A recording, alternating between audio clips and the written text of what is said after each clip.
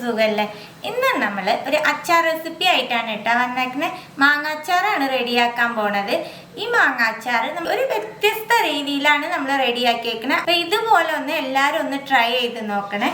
3 മാങ്ങ എടുത്തിട്ടുണ്ട്. അധികം മൂക്കാത്ത മാങ്ങ നോക്കിയാണ് എടുത്തേക്കണേ. ഇങ്ങനത്തെ മാങ്ങ കിട്ടുകയാണെങ്കിൽ ഇതേപോലെ തന്നെ എടുത്തോളൂ കേട്ടോ. ഈ മാങ്ങ നല്ലോണം കഴുകി തുടച്ചെടുത്തിട്ടുണ്ട്. ഇത് നമുക്ക് മുറിച്ചെടുക്കാം. അപ്പം നമ്മൾ മാങ്ങ മുറിച്ചിട്ടുണ്ട്. കാണുമ്പോൾ അറിയാൻ പറ്റും മാങ്ങ അധികം മൂക്കാത്തതാണ്. ഇങ്ങനെ നമുക്ക് മുറിക്കുമ്പോൾ ഈ അണ്ടിയോടുകൂടി മുറിക്കുക കേട്ടോ. ആ പാകത്തിനുള്ള മാങ്ങ എടുത്തോളാം. അപ്പോഴാണ് ഈ അച്ചാറിന് നല്ല ടേസ്റ്റ് ഉണ്ടാവും. ഇത് കിട്ടുന്നില്ല എന്നുണ്ടെങ്കിൽ സാധാരണ മാങ്ങ തന്നെ യൂസ് ചെയ്തോളൂ കേട്ടോ. ഇനി നമുക്ക് ഇത് മുറിച്ചെടുക്കാം. ഇതിൻ്റെ ഉള്ളിൽ നിന്ന് ഈ പരിപ്പ് എടുത്ത് കളയാം. ഇനി ഇത് നമുക്ക് 3 പീസാക്കാം. ഇത് ഇത്ര വലിപ്പം വേണം ഓരോ പീസും. മാങ്ങ മുറിച്ചെടുത്തിട്ടുണ്ട്. മൂക്കാത്ത മാങ്ങ എടുക്കണം എന്ന് പറയാൻ കാരണം ഈ അച്ചാറിന് ഈ മാങ്ങയുടെ ഇതുപോലത്തെ ഉള്ളിലൊരു തൊലി ഉണ്ടാവില്ലേ, ഈ സംഭവം മാങ്ങയിൽ ഉണ്ടെന്നുണ്ടെങ്കിൽ ഈ അച്ചാർ ഉണ്ടാക്കുമ്പോൾ നല്ലൊരു ടേസ്റ്റ് ഉണ്ടാവും കേട്ടോ.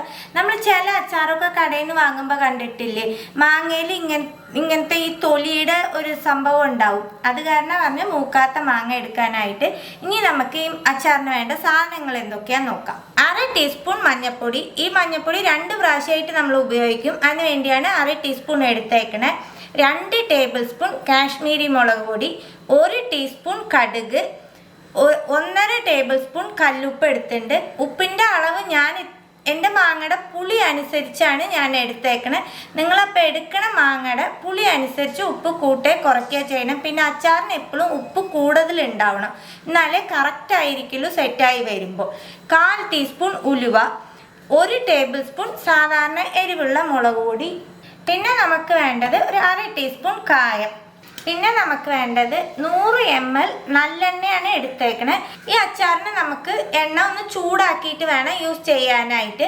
അതുപോലെ എണ്ണ ചൂടാക്കിയതിന് ശേഷം എണ്ണ തണുക്കും വേണം, റൂം ടെമ്പറേച്ചറിൽ വരണ എണ്ണ. ആ ചൂടോടുകൂടി അച്ചാറിന് യൂസ് ചെയ്യാൻ പാടില്ല. ഇനി നമുക്ക് 2 സാധനം പൊടിച്ചെടുക്കാനുണ്ട്. കടുക് ഇട്ട് കൊടുക്കാം. കടുക് ചൂടാക്കണ്ട കേട്ടോ, ഇങ്ങനെ പച്ചക്കന്നെ ഇടുക. നമ്മൾ കടുമാങ്ങ അച്ചാർ ഉണ്ടാക്കില്ലേ, ആ ഒരു രീതി. ഉലുവ ഇട്ട് കൊടുക്കാം. ഇത് രണ്ടും നല്ല ഫൈനായിട്ട് പൊടിക്കണം.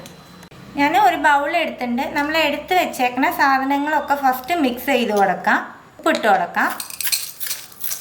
പൊടിച്ചെടുത്ത കടുകും ഉലുവയും പൊടി, 1/2 ടീസ്പൂൺ കായപ്പൊടി, മഞ്ഞൾപ്പൊടി ഇപ്പം കുറച്ച് എടുക്കണുള്ളൂ, ഈ ബാക്കി നമുക്ക് ആവശ്യം വരും. സാധാരണ മുളക് പൊടി, കാശ്മീരി മുളക് പൊടി, ഇതെല്ലാം ഒന്ന് മിക്സ് ചെയ്യാം. പൊടികളെല്ലാം മിക്സ് ചെയ്തു. ഇത് മാറ്റി വയ്ക്കാം. വേറെ ഒരു ബൗളിലേക്ക് നമ്മൾ മുറിച്ച് വെച്ചേക്കണം മാങ്ങ ഇട്ട് കൊടുക്കാം. ബാക്കി വെച്ചേക്കണ മഞ്ഞൾപ്പൊടി ഇടാം. നമ്മൾ എടുത്ത് വെച്ചേക്കണ എണ്ണയിൽ നിന്ന് 1/4 ഭാഗം ഒഴിച്ചു കൊടുക്കാം. നല്ലോണം മിക്സ് ചെയ്യാം. നമ്മളിങ്ങനെ ആദ്യം എണ്ണ ചേർത്ത് മിക്സ് ചെയ്യുന്നത് എന്ത് കാരണം വെച്ചാൽ ഇനി നമ്മൾ എടുത്ത് വെച്ചേക്കണ പൊടി ഇതിലേക്ക് ചേർക്കും. മാങ്ങയിൽ എണ്ണ എല്ലായിടത്തും ആയി കഴിഞ്ഞിട്ടാണ് നമ്മൾ പൊടി ചേർക്കണമെന്നുണ്ടെങ്കിൽ പൊടി ഈവനായിട്ട് മിക്സ് ചെയ്ത് കിട്ടും.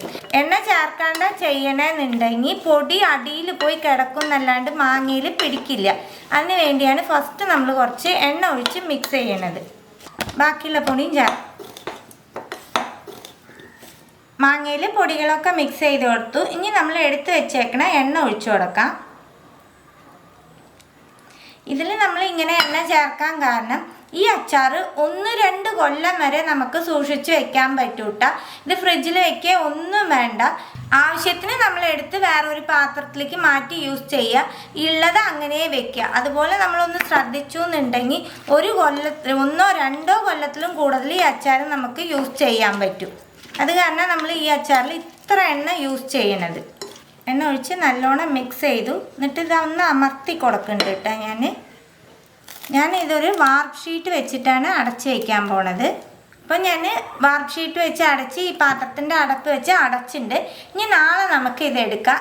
അച്ചാർ സെറ്റ് ചെയ്ത് വെച്ചിട്ട് ഇന്നേക്ക് 2ാം ദിവസമാണ്. നമുക്ക് എടുത്തൊന്ന് ഇളക്കി കൊടുക്കാം.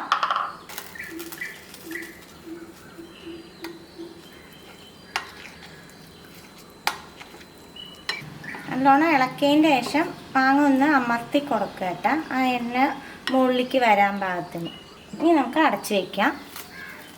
ഇതേപോലെ ഇനി 3 ദിവസം നമുക്ക് ഇതുപോലെ ഇളക്കി കൊടുത്തിട്ട് 4ാമത്തെ ദിവസം ഇന്ന് കൂടാണ്ട് ഇനി 3 ദിവസം ഇതുപോലെ തന്നെ ഇളക്കണം കേട്ടോ. കഴിഞ്ഞ് നമുക്ക് 4ാമത്തെ ദിവസം നോക്കാം. അച്ചാർ സെറ്റ് ചെയ്ത് വെച്ചിട്ട് എനിക്ക് 4 ദിവസമായിട്ടാണ്. ഇതിൻ്റെ ഇടയ്ക്ക് ഞാൻ ഡെയിലി ഒന്ന് ഇളക്കി കൊടുത്തിട്ടുണ്ട്. നമുക്ക് ഇളക്കാം. മാങ്ങയൊക്കെ നല്ലോണം അലിഞ്ഞ് സെറ്റായിട്ടാണ്. ഈ അച്ചാർ ഇരിക്കും തോറും നല്ല ടേസ്റ്റ് കൂടും. നമ്മളൊരു തുള്ളി വിനാഗിരിയോ ഒന്നും ചേർത്തിട്ടില്ല.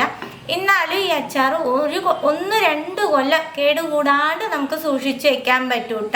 അച്ചാറിൻ്റെ മുകളിൽ എത്രത്തോളം എണ്ണ മുകളിൽ നിൽക്കണോ അത്രത്തോളം അച്ചാർ കേട് വരാണ്ടിരിക്കും. ഇത്രയേ ഉള്ളൂ കേട്ടോ നമ്മുടെ അച്ചാർ. ഞാൻ മാങ്ങയൊക്കെ എടുത്ത് കാണിച്ചു തരാം. ഇനി നമുക്ക് ഇതൊരു കുപ്പിയിലാക്കി വെള്ളം ആവാണ്ട് എടുത്ത് വെക്കുക കേട്ടോ. അതുപോലെ ഇത് ഫ്രിഡ്ജിലൊന്നും വെക്കേണ്ട, റൂം ടെമ്പറേച്ചറിൽ തന്നെ വെച്ചാലും ഇത് കേട് വരില്ല. മാങ്ങയുടെ സീസണും കൂടിയാണ്. എല്ലാവരും തീർച്ചയായിട്ടും ട്രൈ ചെയ്യണം. ട്രൈ ചെയ്ത് നിങ്ങളുടെ ഫീഡ്ബാക്കൊക്കെ അറിയിക്കുക. പുതിയൊരു റെസിപ്പി ആയിട്ട് അടുത്ത വീഡിയോയിൽ കാണാം. See you. Bye.